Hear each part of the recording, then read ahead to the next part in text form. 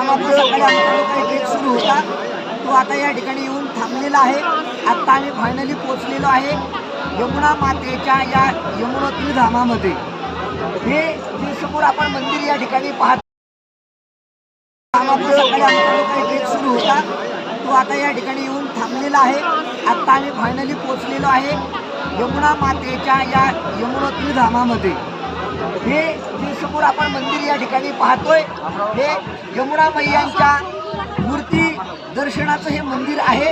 या बाजूला एक जे मंदिर आपल्याला दिसतं, या ठिकाणी पिंड स्वरूपामध्ये यमुना मैया आहेत, ज्या ठिकाणाहून गरम पाण्याची धारा निघते आणि ती खाली जे आपण तप्त कुंडामध्ये स्नान करतो त्या ठिकाणी जाते।